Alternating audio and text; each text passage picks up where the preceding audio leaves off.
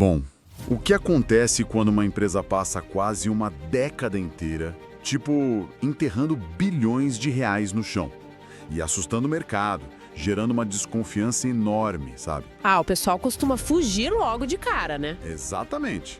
Só que aí, de repente, esse buraco se transforma numa máquina colossal de imprimir dinheiro. É sobre isso o nosso mergulho profundo de hoje. A gente vai dissecar os balanços reais da Klabin. Isso, focando bem no ano consolidado de 2026 e especificamente nas ações preferenciais, né? O código KLBN4. A ideia de puxar esses dados lá do canal Raio-X de Ativos é entender a aplicação mais pura do investimento em valor, o famoso Value Investing. É tentar sair daquele ruído diário de cotação piscando na tela e olhar para o encanamento do negócio de verdade. E olha, a escolha de 2026 para essa análise é o que torna tudo muito fascinante, viu? Não é um ano qualquer, não. Por que 2026 especificamente? Porque o mercado financeiro costuma ser muito impaciente, focado só no lucro do próximo trimestre. Mas 2026 representa o fechamento de um ciclo assim monumental para a Klabin. É o ano em que aquela tese clássica de comprar e manter bons negócios deixou de ser uma promessa. Deixou de ser PowerPoint e virou realidade. Exato. Se provou na prática. A gente vai olhar aqui para balanços consolidados sem tentar adivinhar o futuro ou especular sobre crise global. A nossa intenção é puramente decodificar a realidade contábil que a empresa entregou lá. Perfeito. E antes de a gente entrar de cabeça nesses números, vale reforçar a nossa regra de ouro aqui. Todo material que a gente discute tem um propósito estritamente educacional. A missão é traduzir conceito complexo. Sim, entender a mecânica por trás da avaliação, né? Isso. Não se trata de forma alguma de recomendação de compra ou venda. Renda variável exige estudo, estômago, responsabilidade individual de quem está investindo. Dito isso, a análise já traz uma constatação muito forte logo de cara. E qual seria? Em 2026, a Klabin deixou oficialmente aquele posto de grande consumidora de caixa para se tornar uma geradora absurda de caixa livre. Para quem lê isso de fora, parece até que alguém apertou um botão mágico, mas a engenharia por trás disso tem nome, né? Aham. Atende pelo nome de Projeto Puma 2. É a chave para entender toda essa virada. Explica um pouco mais sobre esse projeto. Claro. No jargão financeiro, o pessoal usa muito a sigla CAPEX, né, que são as despesas de capital. É aquele dinheiro que a empresa usa para comprar ativo físico, construir fábrica, atualizar máquina. O Puma 2 foi tipo um dos maiores ciclos de CAPEX da história da indústria brasileira. Nossa, gigantesco então. Muito. Durante anos, a Klabin ficou imersa na construção dessas novas máquinas de papel e infraestrutura. E quando uma companhia entra num ciclo desses, o caixa da operação é sugado assim vorazmente. É dinheiro saindo pelo ralo direto, né? Saindo aos bilhões para levantar parede, instalar caldeira gigantesca. E o mercado, olhando só a fotografia de curto prazo, costuma bater forte na cotação. O investidor comum vê o nível de dívida subindo, vê o caixa diminuindo e foge. Sabe, fica muito mais fácil de visualizar isso pensando na construção de um complexo gigantesco de galpões logísticos. Pensa na dinâmica de uma construtora. Uma analogia boa. Durante uns 4, 5 anos, a dinâmica é só saída de capital. É caminhão de cimento chegando, é aço, contratação de milhares de operários, compra de terreno. Quem olha só para o extrato bancário dessa construtora nesse período entra em pânico. Sim, porque o saldo só cai, né? Exato. O saldo despenca. Parece uma empresa à beira do precipício. Mas chega um dia que a última parede é pintada. A obra acaba. E de um mês para o outro, aquela despesa colossal zera. E aí os locatários entram. Isso. No mês seguinte, o pessoal entra e começa a pagar o aluguel. Aquela torneira gigantesca que sugava dinheiro se fecha e uma nova torneira jorrando receita limpa se abre. Foi basicamente o que aconteceu com o fim do Puma 2. Essa dinâmica do aluguel caindo na conta ilustra perfeitamente a mudança de patamar. Mas a verdadeira força dessa máquina não está só no fato de a obra ter acabado. Tem mais coisa aí? Tem. A resiliência está cimentada no próprio modelo de negócios deles, que é altamente integrado. No setor de papel e celulose, muitas empresas focam num produto só. Produzem celulose crua e exportam tudo. Que é arriscado porque celulose é commodity, né? Exatamente. o preço sobe e desce violentamente, influenciado por China, Europa, frete global. É uma montanha russa. A Klabin escapa dessa armadilha porque o portfólio deles tem uma flexibilidade muito rara. A fonte detalha bem esse portfólio. Eles produzem celulose de fibra curta, fibra longa e aquele material que eles chamam de fluff. Ah, o fluff é super interessante. É muito. É aquela celulose super absorvente que vai dentro de fraldas absorventes femininos. É um produto com uma demanda absurdamente inelástica. As pessoas não deixam de comprar fralda para o filho porque o PIB caiu. Não mesmo, ou porque os juros subiram.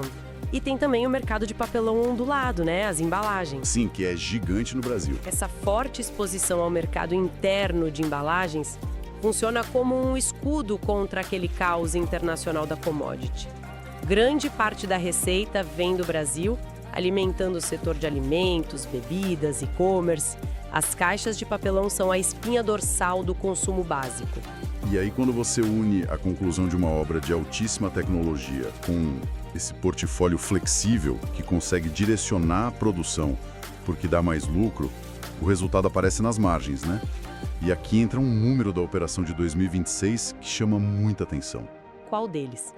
A margem EBITDA da Klabin cravou na casa dos 38%.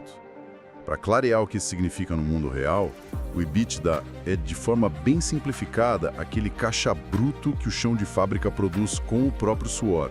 Antes dos juros e impostos. Isso. Antes de banqueiro cobrar juro e governo cobrar imposto. Então, de cada R$100 que entram pelas vendas, R$38 sobram limpos nessa primeira linha. É um patamar classificado como excelência global para indústrias pesadas. Caramba! Um nível de eficiência operacional de 38% é algo que pouquíssimas indústrias no mundo alcançam e conseguem sustentável. A máquina se provou eficiente mesmo. Mas aí vem a pergunta. Se a fábrica está rodando com essa maestria toda e o dinheiro está jorrando, para onde essa montanha de caixa está indo? Boa pergunta. Porque se ela está imprimindo tanto dinheiro assim, a cotação já devia ter explodido. Tem que ter um peso segurando esse balão. E lendo os dados, esse peso atende pelo nome de fatura do cartão de crédito da obra, a dívida. A famosa alavancagem. Exato, a alavancagem foi a brand sombra da Klabin durante toda essa expansão. Para construir maquinário bilionário, a empresa tomou muito crédito, a relação dívida líquida sobre EBITDA subiu para níveis que davam palpitações nos analistas mais conservadores. O risco percebido aumenta muito, né?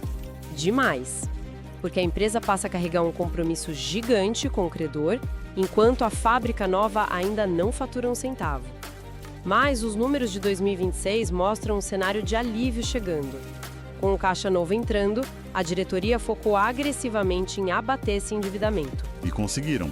O indicador de dívida líquida sobre EBITDA caiu para um múltiplo de 2,2 vezes. Isso quer dizer que se a empresa pegasse todo o caixa de 12 meses só para pagar banco, ela quitaria tudo em pouco mais de 2 anos. O que é uma janela muito curta para uma infraestrutura que vai operar por décadas. Sim, é muito saudável. E esse patamar de 2,2 vezes traz um benefício estrutural imenso, que é a blindagem contra cenário macroeconômico. No Brasil, os juros sobem e descem do nada para controlar a inflação, né? A famosa Selic. Isso. Uma empresa super endividada é refém dessas taxas. O custo da dívida pode engolir o lucro inteiro. Com a dívida controlada, o balanço ganha resiliência. A companhia para de trabalhar para pagar juros e prepara o terreno para remunerar o acionista. Certo. Então a gente tem a operação azeitada, margens de excelência, dívida sob controle. O negócio é indiscutivelmente bom. Mas quem investe sabe que uma empresa fantástica pode ser um investimento péssimo se o preço for alto demais. Com certeza, preço importa muito. Mergulhando nos múltiplos de 2026, a ação KLBN4 estava rondando a faixa de R$ 5,50. O preço sobre lucro PL estava em 7 vezes. Ou seja, você pagava o equivalente a 7 anos de lucro da empresa. Que é um número bem atrativo, né? A média histórica do setor costuma ficar na casa das 10 vezes. Parece uma barganha óbvia. Pagar 7 vezes lucro numa empresa modernizada é o cenário ideal. Mas calma, porque tem um número piscando em vermelho na análise. Qual número? O indicador de preço sobre valor patrimonial, o PVP. Ele estava em 1,8 vezes. Isso significa que às 5,50 o mercado exigia pagar quase o dobro do que o patrimônio valia nos livros. Ah, entendi o ponto. Pagar um ágio de 80% sobre o patrimônio rasga a cartilha número 1 do investimento em valor, que é comprar barato. Como que um ágio desse não é um alerta de que a ação estava cara? Essa confusão com o PVP de 1,8 vezes é um dos maiores causadores de falsos diagnósticos no mercado, viu? Muito analista olha esse indicador isolado e conclui que está caro. Mas tem um contexto duplo que justifica completamente esse prêmio. E qual seria o primeiro fator? O primeiro é a rentabilidade gerada sobre o patrimônio. O indicador ROE, que é o retorno sobre o patrimônio líquido, estava em excelentes 18% em 2026. Na prática, isso mede a competência da gestão, certo? É o quanto a diretoria consegue fazer a máquina render em cima do dinheiro que o sócio deixou lá. Exato. Se o negócio consegue consistentemente gerar 18% de retorno sobre os ativos, o mercado não vai vender a preço de custo. É natural ter ágio. Se a máquina é excepcional, paga-se um prêmio. Faz sentido. Mas o segundo elemento que justifica esse 1,8 vezes é ainda mais profundo. É um verdadeiro tesouro escondido nos balanços. O mercado ignora a defasagem brutal na contabilidade dos ativos biológicos. Ativos biológicos? Peraí, a gente está falando literalmente de mato? Das florestas de pinos e eucalipto, é isso? Sim, as florestas, que são a base de absolutamente tudo lá. As regras contábeis, tentando ser conservadoras, exigem que os terrenos e as florestas fiquem registrados pelo custo histórico de aquisição. Ah, entendi. Mas pensa no mundo físico. Uma árvore de pinos leva quase 15 anos para chegar no ponto de corte. Uma muda microscópica vira toneladas de madeira. Enquanto a árvore engorda, ganha massa e se valoriza no mundo real, o número na planilha continua congelado no preço da semente lá atrás. Cara, isso é fascinante. O contador olha para a planilha e vê o preço de 2010. A árvore física já tem 30 metros de altura, a terra multiplicou de valor, mas o livro é cego para isso. Exatamente. Então aquele valor do patrimônio líquido, que é a base da conta do PVP, ele está brutalmente subestimado, né? A conclusão é essa mesma. Se alguém quisesse replicar a Klabin amanhã, comprar terra perto de porto, plantar árvore e esperar 15 anos, o custo real de reposição seria imensamente maior que o registrado no papel. Então pagar 1,8 vezes o valor contábil não é comprar caro, é pagar um preço ajustado por uma ilusão da contabilidade. Isso. O patrimônio real e físico é muito maior que o de papel. O falso caro foi desmascarado. A casa está em ordem, o patrimônio está lá. Então a gente chega num momento crucial. Como saber o ponto exato de segurança para colocar dinheiro naqueles R$ 5,50? O material traz duas metodologias clássicas. Sim, vamos destrinchar isso. Vamos começar pela lente dos dividendos, que é o método do Décio Bazin. O método Bazin foca no rendimento palpável que cai na conta, né? A premissa é estabelecer um preço-teto para garantir um rendimento mínimo em dividendos, não importa o que aconteça com a cotação. Para uma empresa que gera tanto caixa, focar nisso faz muito sentido. Os dados mostram que em 2026, eles distribuíram um DPA, que é o dividendo por ação, de 40 centavos. O modelo pede para achar esse preço-teto. A primeira exigência é a de 6% de retorno anual. E a matemática aí é simples. Basta dividir os 40 centavos por 0,06. O resultado dá R$ 6,66. Mas a dúvida que sempre aparece é: por que exatamente 6%? Ah, essa exigência não é capricho não, viu? É uma ancoragem no custo de oportunidade histórico do Brasil e do mundo. Como assim? Entrega um ganho real acima da inflação de alguns poucos por cento. Para justificar a saída da segurança do título público e ir para a Bolsa, o prêmio nos dividendos precisa bater uns 6%. É o prêmio pelo risco, entende? Entendi. Seguindo essa regra, o preço-teto de 6,66, o cenário em 2026 estava muito confortável. A cotação estava a 5,50, tinha margem de sobra. Comprar a 5,50 projetava um retorno em dividendos de uns 7,2% ao ano. Tava ótimo. Mas as exigências maiores também foram calculadas, né? Se a meta fosse garantir 8% na conta, o teto caía para R$ 5,00 cravados. E para garantir agressivos 10%, o cara não podia pagar mais de R$ 4,00 na ação. Esses tetos de 8 e 10 mostram que para quem busca retorno explosivo e imediato, o ativo já tinha escapado da faixa de compra. Isso evidencia um perigo oculto. Se a análise for limitada só ao dividendo imediato, o risco de deixar a empresa brilhante na mesa é altíssimo. A companhia pode estar segurando lucro para pagar dívida ou investir, o que diminui o dividendo hoje, mas aumenta o valor gigantesco da operação no futuro. É justamente por isso que a gente tem que ir além do Bazin. E a fonte entra com a metodologia mais pesada, que é a fórmula de Benjamin Graham. O famoso valor intrínseco. Isso, o Graham funciona como um moedor de carne da realidade. Ele não gostava de promessa de crescimento fantasiosa, ele gostava de lucro presente e ativo tangível. A fórmula cruza o lucro por ação com o valor patrimonial, com umas travas de segurança rigorosas. A ideia é achar o preço justo. Se o preço no mercado estiver abaixo, achamos a margem de segurança, certo? R$ 6,05. E o número final que esse moedor do Graham cuspiu foi um valor intrínseco de R$ 7,31. A discrepância grita aos olhos aí. E é dessa discrepância que nasce o investimento racional, né? O peso justo vale R$ 7,31, mas o pregão, que é movido por ruído, oferecia as cotas por R$ 5,50. Uma distorção imensa. É como se alguém oferecesse uma nota perfeitamente válida de R$ 70 por 55. Esse vão aí representa um desconto na casa dos 24%. E esse espaço de 24% é o conceito mais importante de todos, a margem de segurança. É um amortecedor contra a incerteza. Se a economia desacelerar, por exemplo? Sim, se a venda frustrar a expectativa, como ponto de entrada teve esse desconto robusto, o capital não sofre danos permanentes. E melhor, esse desconto é blindado pelas vantagens duradouras da empresa. Os famosos fossos econômicos protegendo o castelo. Ninguém consegue acordar amanhã, levantar bilhão, conseguir certificação ambiental, plantar floresta por 15 anos e desbancar a Klabin.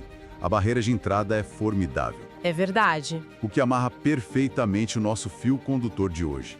Juntando as peças, o fim da Sangrinho do Puma 2, margem de 38%, dívida controlada, rentabilidade do patrimônio invisível das florestas e essa margem de segurança de 24%. A tese lá de 2026 se mostra inabalável. A conclusão central é uma recomendação teórica fortíssima para a estratégia de comprar e manter. É um ativo com perfil ideal para fundação de carteira com foco previdenciário.